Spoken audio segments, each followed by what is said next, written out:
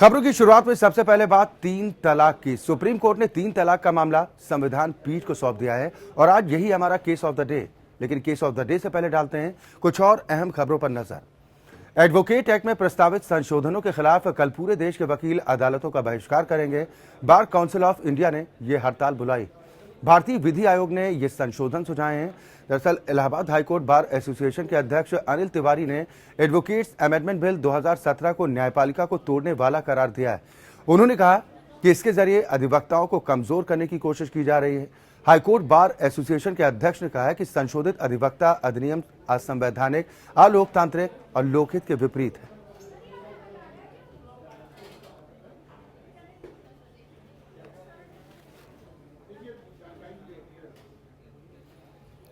Advocate act में प्रस्तावित संशोधनों के खिलाफ कल पूरे देश में वकील अदालतों का बहिष्कार करेंगे, हड़ताल पर रहेंगे। दरअसल बार काउंसिल ऑफ इंडिया ने यह हड़ताल बुलाई है। भारतीय विधि आयोग ने संशोधन सुझाए हैं। इलाहाबाद हाईकोर्ट बार एसोसिएशन के अध्यक्ष अनिल तिवारी ने एडवोकेट्स अमेंडमेंट बिल 2017 को न्यायपालिका को तोड़ने वाला करार दिया है। ये लड़ाई उनके न्याय के लिए लड़ रहे हैं। जो सड़क पे चलने वाला आदमी है उसके न्याय प्रभावित ना हो, ये इस कारण से 31 तारीख को ये टोकन हड़ताल है। 2 तारीख को मोदी जी यहां आ रहे हैं, 2 तारीख को लॉ मिनिस्टर आ रहे हैं। आपके मंच के माध्यम से हम उन्हें अपील कर रहे हैं कि high court bar association law commission के इस मूव का विरोध करती है। तो अधिवक्ताओं की तरफ से कहा जा रहा है कि इसके जरिए अधिवक्ताओं को कमजोर करने की कोशिश की जा रही है। हाईकोर्ट बार एसोसिएशन के अध्यक्ष ने कहा है कि संशोधित अधिवक्ता अधिनियम असंवैधानिक, अलोकतांत्रिक और लोकहित के विपरीत है।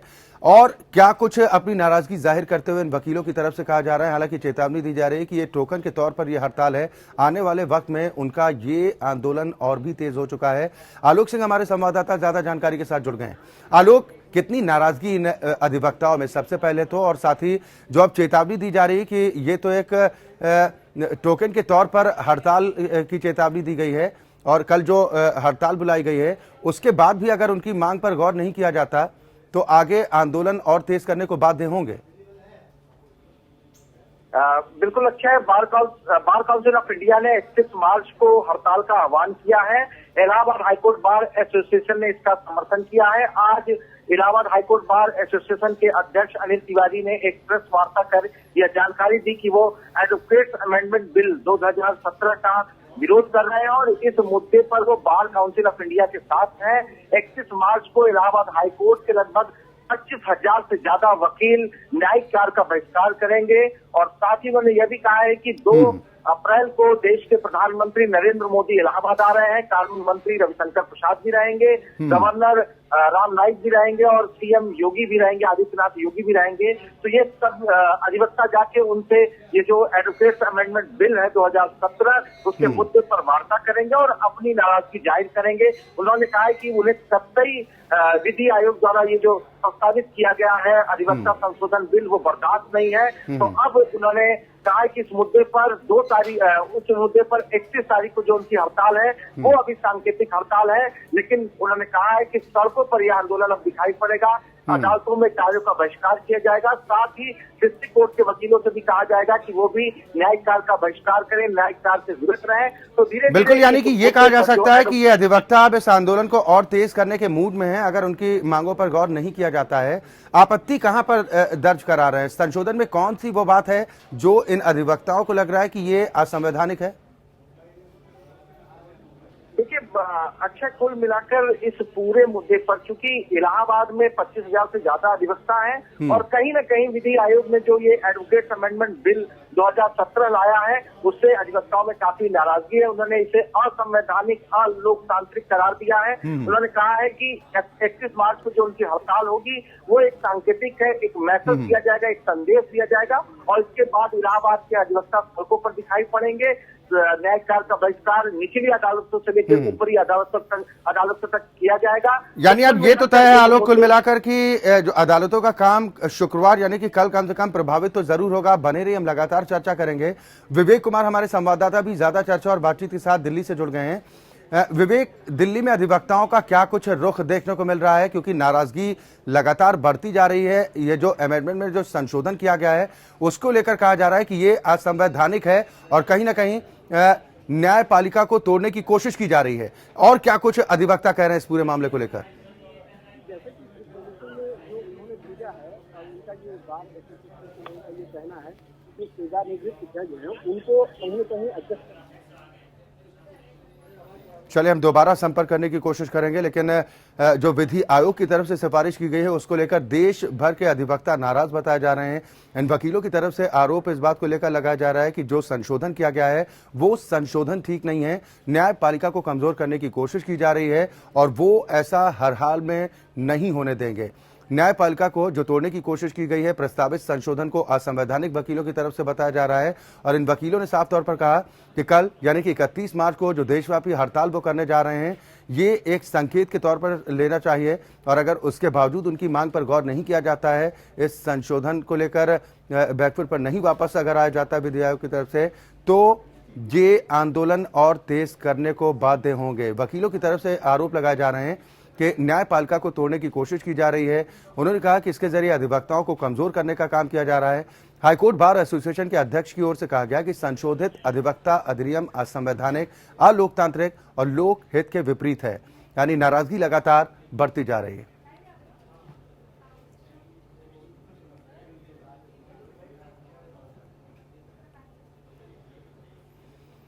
दरअसल विधि आयोग की तरफ से सिफारिश की गई है जिसको लेकर अधिवक्ता बेहद नाराज हैं। हड़ताल का ऐलान कर दिया गया है। 31 मार्च यानी कि शुक्रवार के दिन देशव्यापी हड़ताल रहेगी। अदालतों का काम पूरी तरह से बाधित रहेगा। विवेक कुमार हमारे संवाददाता है, इस खबर पर ज्यादा चर्चा और बातचीत के साथ जुड़ गए हैं। विवेक, कितनी नाराजगी वकीलों में दिल्ली में देखने को मिल रही है, क्योंकि देशव्यापी हड़ताल का ऐलान तो हो चुका है, क्या नाराजगी जाहिर करते हुए कहा जा रहा है? क्यों उन्हें लगता है कि जो संशोधन हुआ वो असंवैधानिक है और न्यायपालिका को कमजोर करने की कोशिश उन्हें नजर आ रही?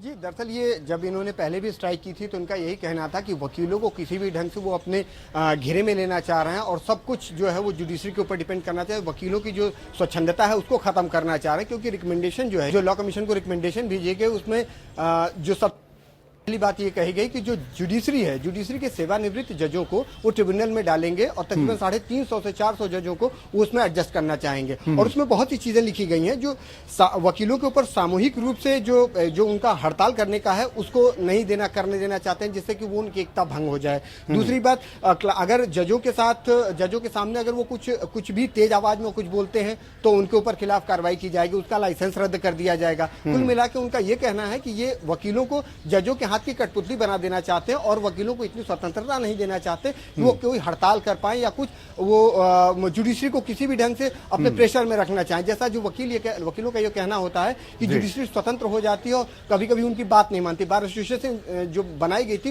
वो उनको एकता के लिए बनाई गई थी, लेकिन जो रिकमेंडेशन दिए गए उन रिकमेंडेशन में ढेर सारी हैं जिनमें बहुत सी बातें हैं जिनको अभी मैं एक एक बार करके बता देता हूं आपको।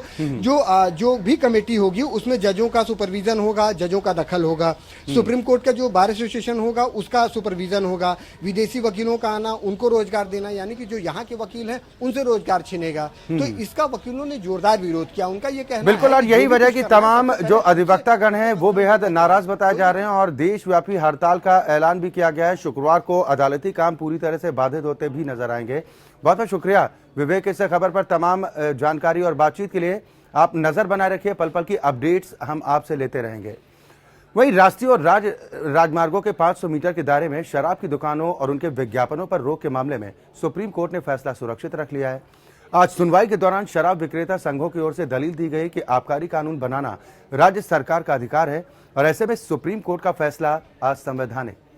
तमिलनाडु के वकील ने दलील दी है कि गुजरात में शराबबंदी है लेकिन वहां भी हाईवे पर हादसे होते हैं, ऐसे में शराब की दुकानों पर रोक लगाना हल नहीं है। सुनवाई के दौरान कोर्ट ने कहा कि उनका मकसद लोगों की सेहत है और कोर्ट लाइसेंस नहीं दे रहा। अटॉर्नी जनरल ने कहा कि कोर्ट 500 मीटर की सीमा को कम कोर्ट को करना चाहिए। प्रधान न्यायाधीश जस्टिस JS खेहर ने कहा कि हम सुझावों का स्वागत करते हैं, लेकिन आप आखिरी वक्त पर आए हैं, जबकि आपके पास 15 दिसंबर 2016 से वक्त था। सुप्रीम कोर्ट ने आदेश दिया था कि राष्ट्रीय और राजमार्गों के 500 मीटर के दायरे में शराब की नई दुकानों को लाइसेंस न दिया जाए और जिन शराब की दुकानों को लाइसेंस जारी हो चुके हैं उन्हें 1 अप्रैल 2017 के बाद दोबारा रिन्यू न किया जाए।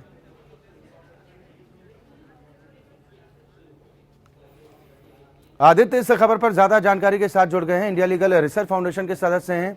आदित्य, क्या कुछ इस पूरे मामले को लेकर आज अदालत में देखने को मिला और क्या कुछ तर्क रखे गए हैं? जो दूरी कम करने की मांग की जा रही है, अटॉर्नी जनरल ने भी इसका समर्थन किया है कि जो 500 मीटर का दायरा रखा गया उसे और थोड़ा कम किया जाए, और क्या कुछ कहा है? अच्छा, आज जो कोर्ट में प्रोसीडिंग हुई वो स्टेट के रिस्पेक्ट में हुई थी। मिस्टर राजीव धवन जो कि किसी डीलर्स को वो कर रहे थे, उन्होंने ये कहा कि ये जो है ये एक्साइज रूल जो है वो स्टेट लिस्ट के अंदर आता है और इसीलिए सिर्फ स्टेट के पास अधिकार है कि उसके नियम रूल बनाए, इसीलिए ये अनकॉन्स्टिट्यूशनल है और इसमें जुडिशरी कोई पार्ट नहीं ले सकती है। तो और उसके बाद ये जो प्रोसीडिंग है उसको ऐसा कहा गया कि राज्यों के आधार पर लिया जाए, जिसमें से वेस्ट बंगाल ने बोला कि उनके यहाँ जितने भी सड़कें हैं वो सारी स्टेट हाईवेज के अंदर आती हैं। तो अगर ये लागू हो जाएगा कि स्टेट हाईवे से 500 मीटर का बैन, तो इसकी वजह से जो जितने भी ये जो लिकर के शॉप्स हैं ये फिर सिटी के बाहर बनाने पड़ेंगे, जो कि पॉसिबल नहीं है। और इसी में मुकुल रोहतगी ने भी ये बोला कि नेशनल हाईवे पे उन्हें कोई तकलीफ नहीं है, लेकिन स्टेट हाईवे पे कोई ना कोई रियायत देनी चाहिए। चलिए, बिल्कुल, बहुत शुक्रिया आदित्य इस खबर पर तमाम जानकारी और बातचीत के लिए। तो इस पूरे मामले को लेकर सर्वोच्च अदालत की तरफ से साफ कर दिया गया है कि आपके पास दिसंबर से लेकर अब तक वक्त था, लेकिन अब आप पहुंचे हैं, आपका स्वागत है, लेकिन अब देरी हो चुकी है। वहीं जम्मू कश्मीर में पाकिस्तान से आए लोगों के पुनर्वास से जुड़े कानून के खिलाफ दायर याचिका पर सुनवाई के लिए संवैधानिक बेंच गठित करने की मांग को सुप्रीम कोर्ट ने फिलहाल के लिए खारिज कर दिया है। यह कानून 1981 में बनाया गया था। Jammu Kashmir national panther party की ओर से वरिष्ठ अधिवक्ता भीम सिंह ने सुप्रीम कोर्ट से कहा कि मामला 2001 से लंबित है। मामले में 2016 में सुप्रीम कोर्ट ने संवैधानिक पीठ गठित करने की बात कही थी, लेकिन अभी तक ऐसा नहीं हुआ। सुनवाई के दौरान प्रधान न्यायाधीश जस्टिस जे.एस. खेहर ने कहा कि अभी हमारे पास संवैधानिक पीठ गठित करने के लिए अतिरिक्त जजों का अभाव है और इसीलिए अभी यह संभव नहीं हो पाएगा।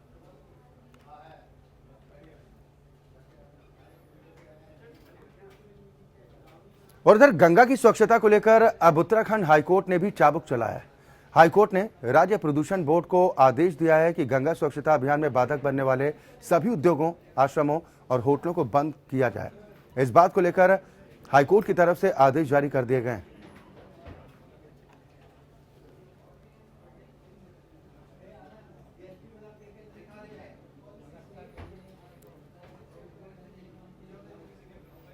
योगेश सेमाल हमारे संवाददाता है, इस खबर पर ज्यादा जानकारी के साथ जुड़ गए। योगेश, इस तरह का आदेश पहले भी माननीय अदालत की तरफ से दिया गया है, लेकिन उसके बावजूद नतीजा कुछ खास देखने को नहीं मिला है।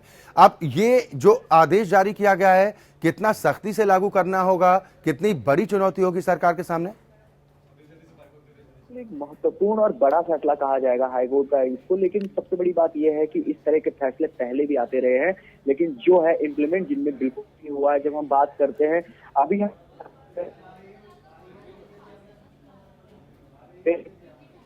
उनसे पूछा गया कि आखिर आप लोग क्यों नहीं कर रहे हैं, लगातार जो है ऐसे फैसले हाईकोर्ट द्वारा सुनाया जा रहा है। नैनीताल हाई चलिए, बिल्कुल, बहुत शुक्रिया योगेश इस खबर पर तमाम जानकारी और बातचीत के लिए। तो गंगा सफाई में बाधक बनने वाले उद्योगों के खिलाफ कार्रवाई हो, आश्रमों के खिलाफ कार्रवाई हो, और जो होटल गंदगी को फैलाने का काम कर रहे हैं उनके खिलाफ अब कड़ाई के साथ कार्रवाई की जानी चाहिए, उन्हें बंद करा दिया जाना चाहिए।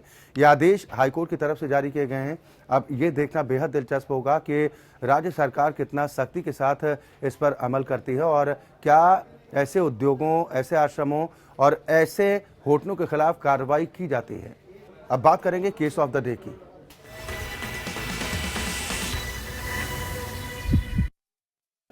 3 तलाक का मामला अब संविधान पीठ सुनेगी। सुप्रीम कोर्ट के प्रधान न्यायाधीश जे.एस. खेहर की पीठ ने आज ये मामला संविधान पीठ को सौंप दिया है।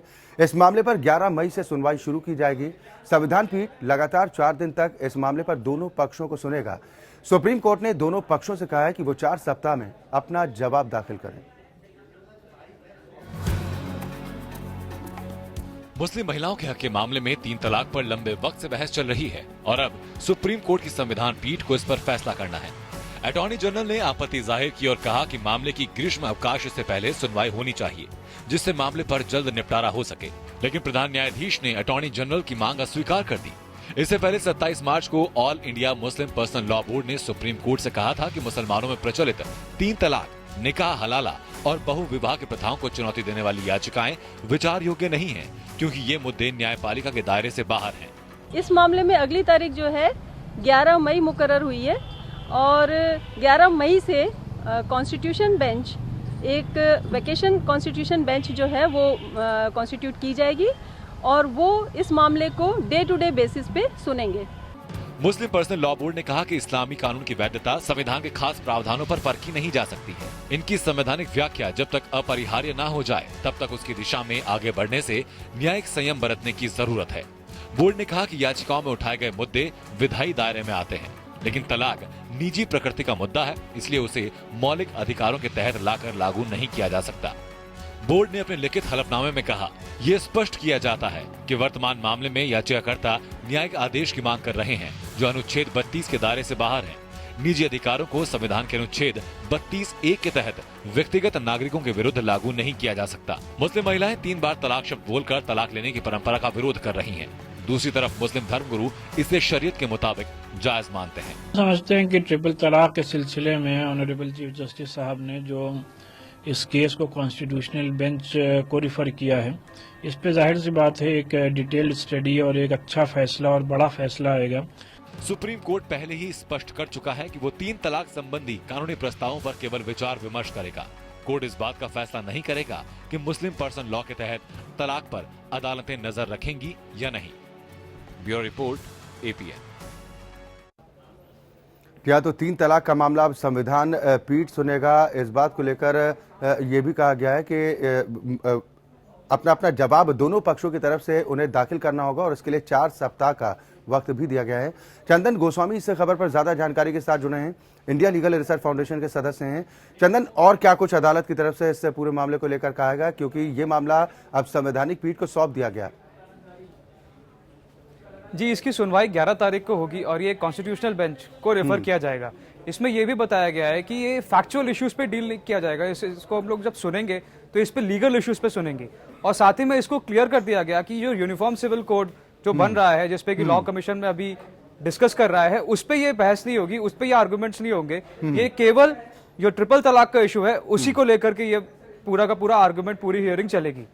बेंच ने अपनी तरफ से ये स्पष्ट कर दिया है, उन्होंने बताया है कि ये एक काफी सेंसिटिव मामला है और इसमें समय लगेगा। इसको सुन के इसको सेंसिटिविटी की तरीके से अगर हम डील करेंगे तो इसका एक अच्छे से निवारण आएगा। बिल्कुल, लेकिन सवाल लगातार जिस तरह से मुस्लिम पर्सनल लॉ बोर्ड की तरफ से उठाने की कोशिश की जा रही है कि इस मामले को इससे जोड़कर ना देखा जाए, ये जो अधिकार दिए गए हैं उसके साथ कोई छेड़छाड़ ना किया जाए, इसको लेकर लगातार आपत्ति दर्ज कराई गई है। लेकिन तमाम मामले ऐसे भी सामने आए जिसके बाद ये सवाल भी उठे कि क्या इस पर एक बार जिरह की जरूरत है, बातचीत की जरूरत है और इस मामले को निष्कर्ष तक पहुंचाने की जरूरत है, क्योंकि कहीं ना कहीं इसकी आड़ में अन्याय भी होता है मुस्लिम समाज की महिलाओं के साथ। जी, आप बिल्कुल सही कह रहे हैं। इसीलिए जस्टिस खेर की तरफ से ये बताया गया कि ये एक सेंसिटिव मामला है और इसको समय के साथ साथ इसको अगर हम अच्छे से ध्यानपूर्वक इसको सुनेंगे, इस पे अगर हम लोग ध्यान से बैठ के बातचीत करेंगे और आर्गुमेंट शुरू होंगी, इस पे ये भी आप देखा जाए कि रिटन सबमिशंस की बात करी गई है। दोनों पार्टीज को अपनी तरफ से रिटन सबमिशंस कोर्ट के सामने रखना है, जो उनकी रिटन सबमिशंस में और एफिडेविट में ये बातें स्पष्ट करी जाएंगी कि उनके क्या कंटेंशंस है, दूसरी पार्टी के क्या कंटेंशंस है। इसके बाद ये आर्गुमेंट की स्टेज पे पहुंचेगा, इसमें जिरह होगी, इसमें बहस होगी, ये बात की स्टेजेस हैं। इसके पहले जितने भी आर्गुमेंट्स हैं, जितने भी डॉक्यूमेंट्स हैं, वो सारे रिकॉर्ड पे आने जरूरी होंगे। जिस संवैधानिक पीठ को ये पूरा मामला सौंपा गया है सुनवाई करने के लिए, उसमें कौन कौन से सदस्य शामिल हैं, ये इस बारे में जानकारी है? जी, इस बारे में ज्यादा जानकारी नहीं है, मगर लाइकलीनेस ये है कि इनके इसको जो हेड करेंगे वो हमारे चीफ जस्टिस ऑफ इंडिया ही करेंगे। और क्या कुछ जस्टिस खेर की तरफ से कहा गया है इस मामले में? हाँ, उनकी तरफ से ये भी बताया गया कि वो इस समय वेकेशंस के दौरान वो काम करने को तैयार है। उन्होंने बताया कि NJAC के बारे में भी जब सुनवाई हुई थी तो एक टाइम फ्रेम बनाया गया था, उस टाइम फ्रेम के हिसाब से उन्होंने काम किया और एक वर्डिक्ट डिलीवरी करी। तो उन्होंने कहा वो तैयार है, वो उनको कोई दिक्कत नहीं है कि वो कॉन्स्टिट्यूशनल बेंच को जब रेफर करेंगे और ये मैटर गर्मियों की छुट्टियों में आएगा तो उनको कोई दिक्कत नहीं है इसमें काम करने से। मगर हाँ, सेंटर की तरफ से और बाकियों की तरफ से पूरी की पूरी तरीके से विलिंगनेस होनी चाहिए इस पे कंडक्ट करने के लिए। चलिए, बिल्कुल, बहुत शुक्रिया चंदन इस खबर पर तमाम जानकारी और बातचीत के लिए, तमाम चर्चा और बातचीत के लिए। वहीं मिलिट्री इंजीनियरिंग सर्विस यानी कि एमईएस में ग्रुप डी की भर्ती के लिए लिखित परीक्षा आयोजित किए जाने के बाद परिणाम रद्द करने और शैक्षिक अर्हता बदले जाने को चुनौती देने वाली याचिका पर बहस पूरी होने के बाद केंद्रीय प्रशासनिक अधिकरण ने यह फैसला सुरक्षित रख लिया है। केंद्रीय प्रशासनिक अधिकरण ने शैक्षिक अर्हता बदले जाने के नोटिफिकेशन पर पहले ही स्थगन आदेश जारी कर दिया। एमईएस में सेमी स्किल के 2200 पदों के लिए 13 और 19 दिसंबर 2014 भर्ती विज्ञापन जारी किया गया था, जिसमें 20 पद बमरौली इलाहाबाद के लिए भी थे। एमईएस ने भर्ती के लिए लिखित और फिजिकल कराने के बाद परीक्षा का अंतिम परिणाम जारी नहीं किया। अभ्यर्थियों ने के शैक्षिक दस्तावेज और प्रमाण पत्र के सत्यापन के बाद मेरिट लिस्ट भी तैयार कर ली गई थी।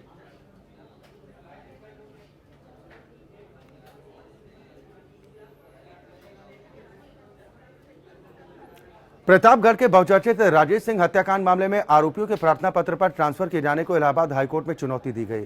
राजेश सिंह की पत्नी और याचिकाकर्ता पूनम सिंह की याचिका पर सुनवाई करते हुए इलाहाबाद हाईकोर्ट ने प्रमुख सचिव गृह और आईजी इलाहाबाद से 17 अप्रैल तक रिपोर्ट मांगी। कोर्ट ने पुलिस की विवेचना पर सवाल भी उठाते हुए पुलिस को कड़ी फटकार लगाई। याचिका में निष्पक्ष विवेचना एसपी स्तर के अधिकारी से कराए जाने की मांग की गई है। मामले की विवेचना इलाहाबाद के नवाबगंज थाना पुलिस कर रही है। गौरतलब है कि राजेश सिंह की हत्या 11 दिसंबर 2016 को की गई थी।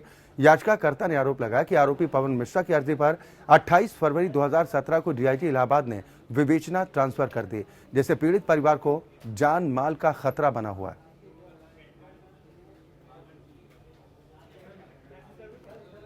अपराधियों के कहने पे हमारी विवेचना चेंज हो गई, क्योंकि कुर्की होने वाली थी।